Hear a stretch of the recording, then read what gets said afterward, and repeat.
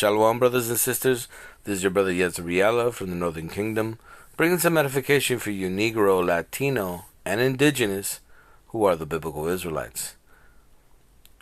And before we start, we got to give all praise and honor to Yahweh, Bahasham, Yahweh Shai, Barakatham, Rakakadash, and Yahweh being the name of the Lord, not Jehovah, or God, or Yah, or Ahaya.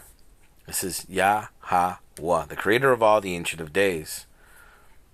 Bahasham is in the name of, and Yahweh Shai is the one you guys call Jesus or the Christ, English speaking. And we give double honors to our elders in GMS where we learned this truth. Shalom to the apostles, the bishops, and to the men down the highways and byways, giving the 100% truth and correct doctrine day and night. Shalom to you and your households. Shalom to the 1/3 of the house of David, the elect of the nation of Israel. They're about to be saved. Shalom to you. And shalom to the speckled birds among the heathen nations that look like the heathen nations, but return to the house of Israel and are being edified by these videos. Shalom to you. So this lesson I'm about to do will be called the KAL El Effect. Why? Because there are similarities when many of you call Superman, right? Superman, whose real name is KAL El. Okay? Superman was given to him here on planet Earth. But if you know the story, he came from another planet. Planet Krypton. Right? And planet Krypton was destroyed, but before it was destroyed, his parents sent him in an ark, basically in an ark to be saved, just like Moses. So this has very many meanings that are parallels with the scriptures. Okay, so he got saved from the destruction. Okay, because what happened to the nation of Israel, it was destroyed. Just like Krypton was destroyed, Jerusalem, which was a kingdom on earth, was destroyed. The city of peace was destroyed. And our inhabitants were scattered to the four corners of the world. Okay? So that reflects a little bit of Superman, right? And he was brought to this world just like the Messiah was. Okay? And but his real name is KAL El. And many say, what kind of name is KAL El? Actually, it's a Hebrew name. Dun dun dun. Right, because you have to understand the people that came up with Superman, they were the little hat people, right? We'll leave it at that. And they read the scriptures. And they were making the parallels of Superman, right?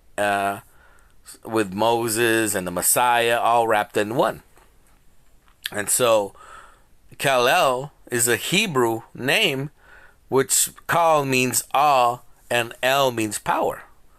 All power, or you could translate El into God. So all God or all power. That is the name of Superman. And if you look into the name of Israel, okay, Israel in the Hebrew is Yasharallah or Yasher Allah. Okay, you hear the Allah part, that is power or El, right? But let's break it down from the beginning. Yah is he, Shar is prince, Allah is power or God. He is the prince of power. He is the prince of God. So our name, as well as a Hebrew name, and it is a powerful name amongst these heathens. Okay? That's why that name was removed and is being returned to us by the Messiah himself. Remember, he had to die for us to get this truth. So this lesson is called the KAL El Effect, because what happens to Superman, that he's very powerful. He's one of the most powerful beings on earth, but yet he's got an Achilles heel. And when I say Achilles heel, he has a weakness. Okay? And the Achilles heels comes back from the Spartans. Achilles, right? A mythical person that fought in the Trojan War. So Achilles is a weakness, and his weakness is kryptonite. Okay? Kryptonite is a weakness for Superman. You put kryptonite around him, he loses his power. You kick him around, and he's like a normal man. Now, the nation of Israel has an Achilles heels, has a kryptonite. It's called sin. Okay? Transgression of the law. Sin. So when the nation of Israel is in sin, we are weak, just like Superman. We are normal men in the flesh. But when we are with our power, we do all the last statutes and commandments, nobody can touch the nation of Israel. And you have to understand that these nations know this. These nations prey upon this. Okay? And I'm going to explain. We're going to go into the scriptures and read it out of the scriptures, brothers and sisters. That these sneaky people know who we are and are going to use our weak points against us. And this is the book of Judith, the Apocrypha. If you don't have the Apocrypha, this is a book you have to get, brothers and sisters. It was always part of the Bible. It was just removed by the Protestant Reformation in the 18th century. Okay, but it was always part of the Bible. The Messiah himself is doing things from the Greek captivity, from the book of Maccabees and the book of John, okay, and the rededication. Okay, so you have to understand that even the Messiah was doing things out of the Apocrypha. If not, there would be no validity in it. But there is. If it harmonizes the Old and the New Testament, brings them together, and there are prophecies in it. Okay, so this is the book of Judith, chapter 5, verse 20. And this is a servant of, I forget if he was a Moabite or Ammonite, and he's explaining who these Israelites are, who was blocking the way, right, of these people, because they were trying to take over this place, the Levant area at the time. So this is Judith chapter 5, verse 20. Now therefore, my Lord and Governor, if there be any error against these people, he's talking about the Israelites, and they sin against their God, let us consider that this shall be their ruin, and let us go up, and we shall overcome them. So they know when we're in sin, when we don't follow the law, statute, commandments, it's a green light. We could do whatever we want. We could be devils to them. Okay? But they know the other side of the coin. Okay? They know our kryptonite.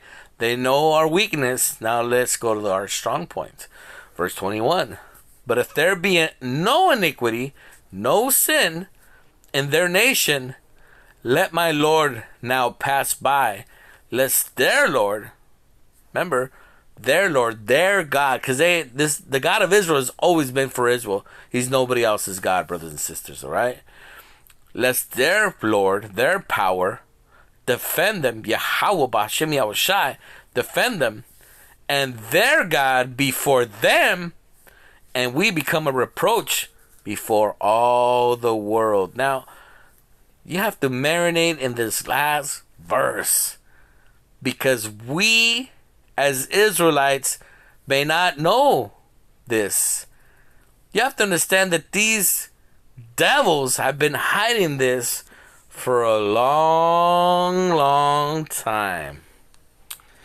And you have to understand, and when you're at home watching television, there's a reason why they're promoting, burgers with bacon at all times. Oh, let's do this. Oh, hot dog and bacon. Oh, let's go get some ice cream with bacon. You gotta think about why they're promoting this. Because they know when we're in sin, that they can do anything to us. Oh, brother, we in the New Testament, brother. We don't gotta do that stuff. No, we're under grace. We're not in the New Testament. We're under grace. Okay? And grace is not a permission to what? Sin. As it is said in Romans 6. Okay? Grace is a grace period Okay, I'll use the example I always use. If you have a electricity bill and the bill comes and it says you owe the company $200 and you don't got the $200, they'll say, well, Mr. Jenkins, you owe us $200. You don't have the money. Very good. We'll give you a 90-day grace period. Okay? So what does that mean, a 90-day grace period? That means that you don't have to pay it? No, no, no, no. That means they're going to give you time to pay it. And if you don't pay it, what's going to happen? It's lights out. That's the same with the Lord. You start sinning and going buck wild, saying you can do whatever the hell you want to do, you're going to run out of grace, just like fuel. Run out of grace, the tank is empty, and it's going to be lights out. Okay? This is what they don't explain, the Christian church or the Catholic church. It's just a grace period, a time for you to get good with the Lord. Okay? Let's say, hey, we are in the New Testament. Okay? We're in the New Testament. What's going to happen in the New Testament? We're going to have celestial bodies in the New Testament. Is anybody over here suffering of pain? No, because we're in the New Testament. There's no more pain, no more sorrows. Uh-oh. Oh, wait, do you have slaves? Because in the kingdom of heaven, we're going to have slaves. Is there somebody picking your orchards? Taking care of your stock? No, wait a minute. That's going to be in the New Testament, brother. Does everybody know the Lord? Or is there people still preaching on the streets and on television? Because on that day, in the New Covenant, in the New Testament, everyone shall know the Lord and nobody shall preach it. Because everybody's going to have it in their heart. So no, we are not in the New Testament, brothers and sisters. Okay? We are under grace. Remember, the Old Testament is old and waxed, but we're not. It's about to disappear, but we're still under that old covenant. Blood in, blood out, brothers and sisters. All right? Because this was a covenant made with blood. Okay? And who had to come to redeem us, to bring us back, to graft us into the Father. Okay, you Israelites, all 12 tribes, not just the Jews, had to be grafted back in, purchased by a price, which is what you would call the Messiah.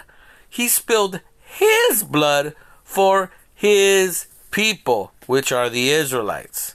No, brother, he did it for the world. Yeah, the world of Israel. Look up the word world in John 3:16, and it's going to tell you cosmos, an arrangement, a group, a people, a government. Okay? Besides, you have to understand that the Messiah was quoting something from the book of Isaiah 45 and 17, that Israel is the world. Okay, brothers and sisters? So again, we're not in the New Testament. We're under grace at this moment. We're still under the Old Testament. That's why you still have to eat the things that we're... no, I just bless my food and Jesus knows my heart.